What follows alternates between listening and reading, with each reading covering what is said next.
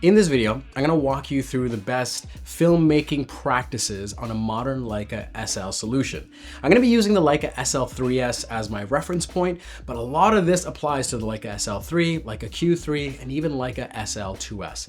Before I jump into it though, I should say that this guide, these tips, all of this first appeared on my Church and Street Photo Club. It's a place where I share a brand new story every single week, and if you haven't already, I suggest you check it out because that's the place where I'm publishing regularly. It's become increasingly difficult for me to publish a new video every month, let alone every week on YouTube. I'm trying to get better this year, but if you don't want to miss out on my adventures, my stories, and even some gear talk, visit Church and Street. You will not regret it. Over the last year, I took the Leica SL3S to 4 continents as we produce our film for the launch campaign of this camera. And in that time, I got to really appreciate the significant jump that this camera made from its predecessor when it comes to video production, but I also got humbled. I got to learn intimately a lot of the things that, while it may have worked in the past, wasn't leading to the best ingredients for the stories that I was trying to tell. So in this video, I want to share with you those best practices so you don't make those same mistakes. All right, so you have your camera charged, it's in front of you. What's next is storage. You need to figure out what your storage solution is gonna be. And here, please do not cheap out on storage. Don't invest in an incredible camera solution and then look to cut costs here. Get great storage. With this camera, you can record to CF Express Type B cards. You can also record directly to an SSD as long as its maximum capacity is 2 terabytes. There's also the option of recording to an external recorder, so the Ninja V, and having an SSD here where it's connected to your camera via an HDMI port and you're capturing footage to the recorder directly. And this is necessary if you're going to be recording in a RAW format. Before we talk about formats and recording, let's take a look at the critical settings. In your camera, you're going to want to activate the Cine mode. So this is available on the modern SL solutions. And what this does, it unlocks a few settings as well as change how some settings are communicated. For example, ISO will now be referred to as ASA. They work on the same scale, so ISO 400 is the same as ASA 400. With the modern Leica SL3S, what's unique here is you have 2 native ISO solutions, meaning that you can shoot at ISO 400 or ISO 2500 to get the optimal results with respect to dynamic range and noise control. So a lot of you may know this already, but I'm going to repeat it just in case. When you're using a modern mirrorless solution and you're recording in a log format, you want to record at the camera's native ISO speed. This is a speed that's going to give you the best results with respect to the footage you're capturing. Anything below or above will decrease the amount of dynamic range that you're capturing, and also it might introduce more noise into your footage. Now you can use this if you absolutely need to and you can't control other elements of your recording process, but more times than not, you want to be at a native setting. And with respect to the Leica SL3S, the setting is either 400 or ISO 2500. What I love about Leica is that when you turn on Cine mode, shutter speed becomes shutter angle. What this means is that you you activate this setting once. Activate's not even the right word. You choose this setting once, and it will automatically fluctuate based on the frame rate that you're capturing in. So instead of choosing 1/50 or 1/48, and then if you were to increase your frame rate, you would have to increase your shutter speed. You don't have to do any of those calculations. When it comes to the modern Leica SL solution, you will choose your frame rate, your shutter angle, and the shutter angle will dynamically change based on your frame rate. All right, we know where we should keep our ASA at. Where should our shutter angle be? Well, this is gonna be a bit of a creative choice because it depends on what you're capturing. If you're going for that classic movie look, you probably want it to be around 180 degrees. Again, depending on the frame rate that you're delivering to. If you want more blur, if you want more of a dreamlike look, you would crank up this shutter angle, going to 270 or even 360. If you want to capture action, if you want to capture martial arts, if you want to capture dance, and depending on the look that you're going for, you might actually bring this down to 90 degrees. So there's less blur and you actually capture more of those dynamic movements. Shutter angle is something that you choose based on the creative deliverable, but largely it's going to be locked in that setting. When it comes to white balance, you want to make sure that you are choosing the best white balance for the environment that you're filming in. And for the love of God, do not choose automatic white balance because you don't want that to shift between clip to clip. What you want to do here is look at the environment and choose the white balance that's going to give you the best starting point. Unlike a raw photo, when we are filming in a video format that's often a log format, you can change your white balance, but you're going to get better results if your starting point is at where it should be. Now we know where our ASA or ISO should be at, we know where our shutter angle should be, and we know to choose our white balance based on our environment. What about aperture? This is the creative choice. Aperture is something that should remain a creative choice based on what you're filming. Do you want really shallow depth of field to show intimacy, to show something that's a little bit more surreal? Or do you want to really fill the frame and show the scene to showcase the environment and add that as a storytelling element? So when you shoot in a Leica Cine mode, your aperture, instead of represented in f-stops, it will move into t-stops. The difference here is that t-stops are an actual measure of the light that's being transmitted versus f-stops, which is a theoretical calculation based on the size of the aperture. So, for example, a f2.8 lens might represent as t3.3. When you are thinking about aperture, think that this has to remain a creative choice. So if you find yourself closing that aperture a lot because it's bright outside, it's a sign to get an ND filter. It's a sign to have other elements to control, maybe to reduce the lighting or bring in a flag of some kind, because you want to make sure that you have some creative control as you're using your tools for filmmaking needs. Real quick, I should mention that this video assumes that you have some sort of understanding of the video space. But what if you're a photographer and you have no idea where to get started with video, that a lot of this terminology and techniques are still going over your head? Well, this is why I've built the Video for Photographers workshop. This multi-day masterclass style academy is designed to take photographers that know how to take a photograph and give them the foundation to shoot, import, edit, color grade great video footage. Tutorials and guides like this are useful to refine your technique and maybe just brush up on some information. But if you're looking to build your foundation, to get started, to do it in an intentional way, visit my Video for Photographers workshop.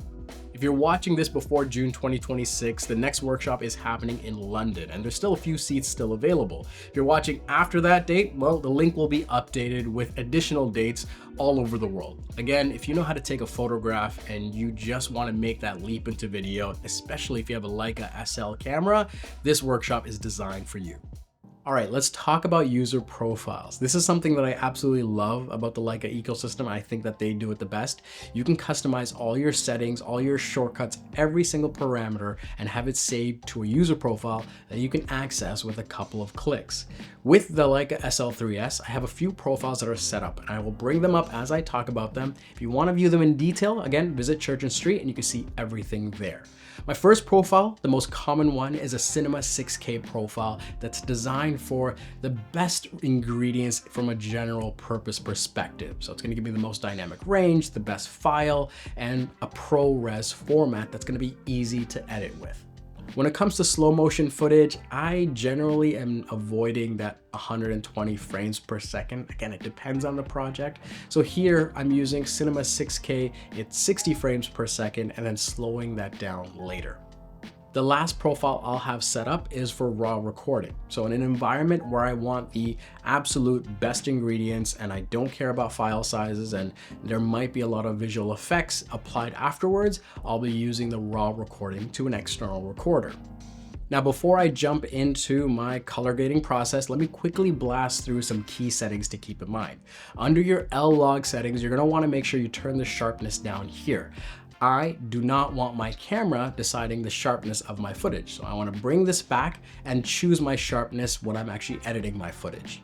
Another setting I'll turn off is the wind reduction in the camera. I do not want my camera trying to correct the audio that's being captured. Again, this is something I will do afterwards. There's a setting called segmented video. I generally have this off because what it does is instead of one long clip, it breaks down your clips based on file size. So I'm not often using this setting because I'd rather have my clips as I record them. But if you're in an environment, I should say, where you're recording an interview or a podcast and you don't want an accident or power loss all of a sudden to ruin your entire recording, you're probably gonna wanna turn this on. There's also a setting for recording frame. Turn this on. It just adds a frame around your LCD so that you know that you're recording. Image stabilization is something that I generally turn off because I don't want that being a variable in my footage. Now, the image stabilization is really good here, but I don't want the instance where it may just, readjust and then change what my footage looks like. So generally, I'm turning this off and I'm using digital image stabilization in post. But if I am in a wide angle perspective and there is gonna be a lot of hand holding and it has more of a shaky cam feel, I'll turn this on. Again, if you wanna get very granular about settings and shortcuts and other key features, visit the Church and Street site because I go into way more detail there.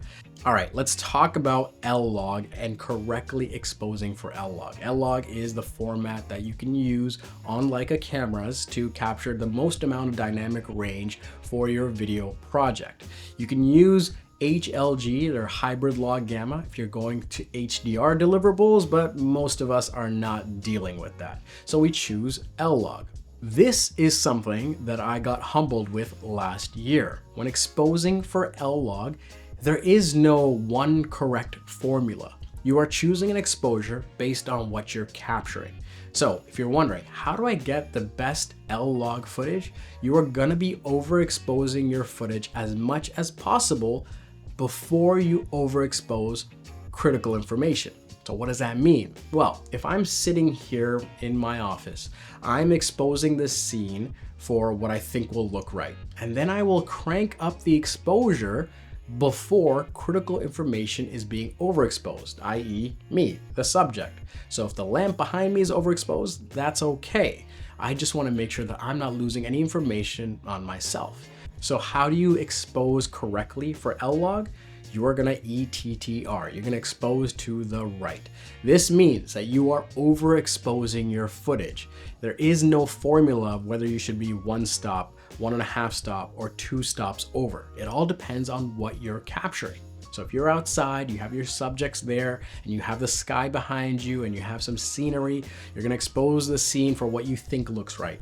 And then you're gonna take a look and overexpose it without overexposing the critical information. So if your sun is overexposed or you have a light source that's overexposed, that's okay because that's how we perceive them.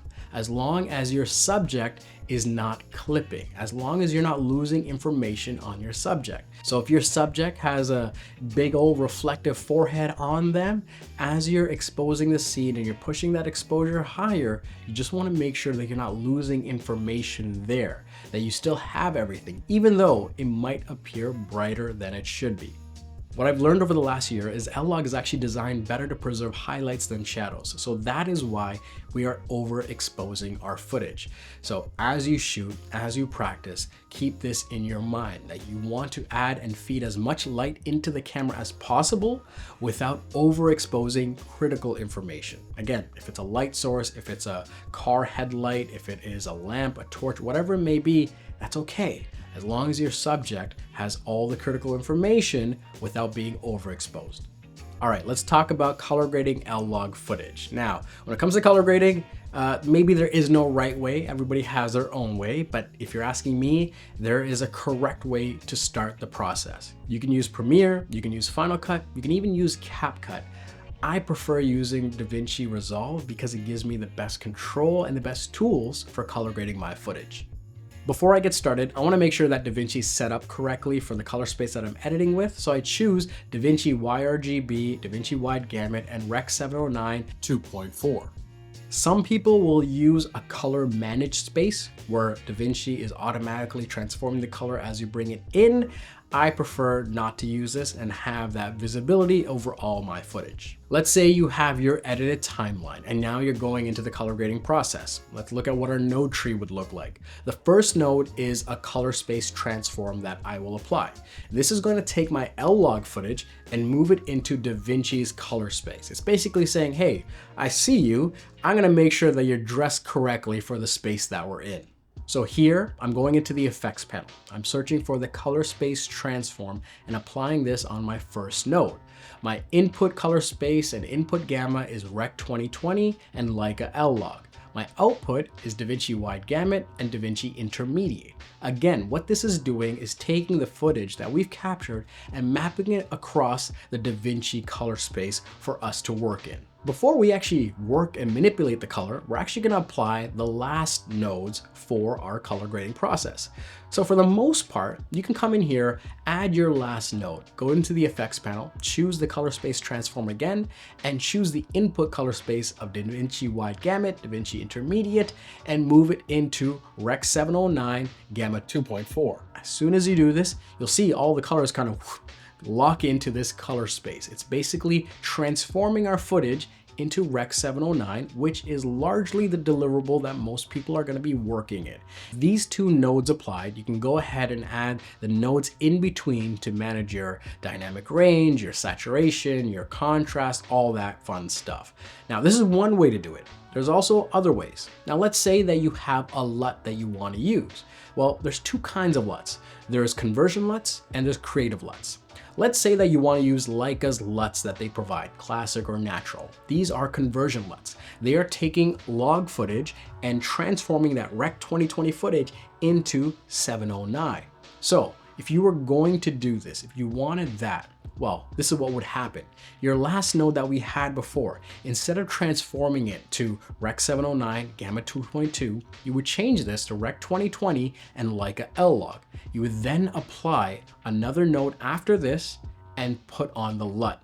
Now, this is important if you are going to be using a conversion LUT, a LUT that's designed to convert a wide color space of log into Rec 709. I'm going to give you something that I do a little bit differently. If I am using a LUT that is a conversion LUT designed for Leica, instead of choosing the output gamma of Leica L-Log, I've actually been using Cine Film Log. This gamma is designed for people that are scanning film and using the DaVinci Film Look LUTs. However, I found that using this with conversion LUTs for Leica has given me a better starting point for my grading. So this is just something that I do differently based on Leica L-Log footage. So to recap, if you have a conversion LUT that you want to use, this is what your starting point would be. You'd have a color space transform at the beginning to map it across DaVinci's color space. You would have a color space transform at the end to take it from DaVinci back into an L-Log format. And then you would have your LUT at the end. And then go ahead in between, you can throw in all the edits and changes that you want to do. The third way you can approach this is that if you have a creative LUT, if you have a LUT that's designed to apply a look but not transform the color space, well, this would go before your last color space transform. And what I'll do here is I have my color space transform at the beginning, I have my color space transform at the end, and just before this, I will apply the creative LUT. This will apply the look to that DaVinci Wide Gamut color space, and then I do my conversion. So as you can see, there's sort of three practical ways of grading L-Log footage. How you do it is up to you. This is generally the principle that you want to follow. You can tweak it as needed depending on what you're trying to create, but at least with this methodology, you're not artificially breaking your footage. You're not sort of creating an environment where you might have mistakes happen as you grade your overall look. So there you have it. That is my new Leica filmmaking guide. This is the approach, the practices, the techniques, the key things to keep in mind when you're looking to create video on a modern Leica SL solution. Again, I will mention it one more time. If you want more details, more depth, visit the article that I created on Church & Street. I'll leave a link down below. As always, my name's Gadgen. Thank you so much for watching, and I'll see you next time.